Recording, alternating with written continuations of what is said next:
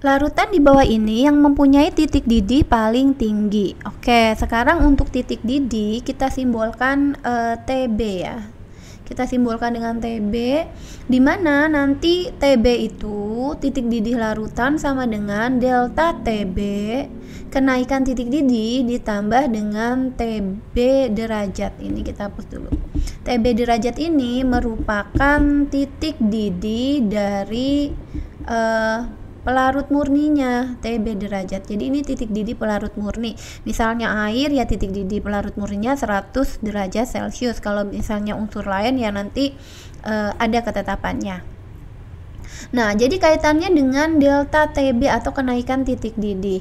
Nah, delta TB itu sendiri rumusnya adalah ketetapan didih KB ya, boil ini ketetapan didih, boiling pointnya, ini boilnya dikali dengan molalitas atau konsentrasinya ya. Ini untuk kalau cuma rumusnya sampai sini, ketetapan didih dikali molalitas, ini untuk yang non elektrolit.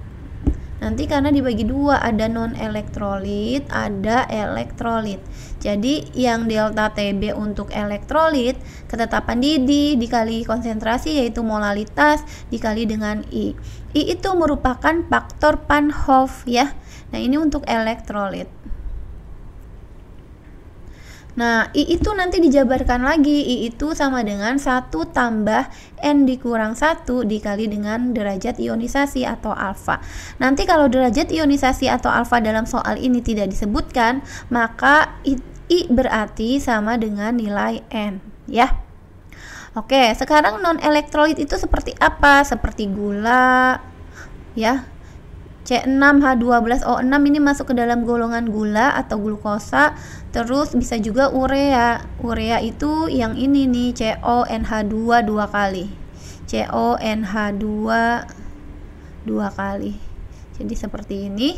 Jadi ini udah pasti dengan konsentrasi yang sama ya. Ini molalitas, kalau di sini molaritas jadi dianggap sama antara molalitas dan molaritas untuk soal ini ya.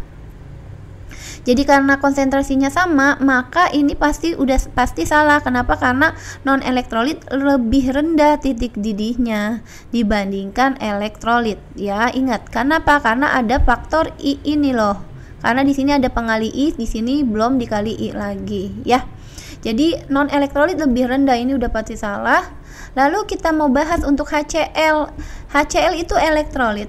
Elektrolit, ini juga elektrolit. Ini juga elektrolit.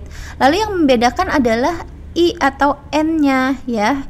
Jadi N-nya itu dari mana kalau untuk HCl? Karena ini konsentrasinya sama semua, kita harus cari N yang paling besar. HCl terionisasi jadi H+ tambah Cl-.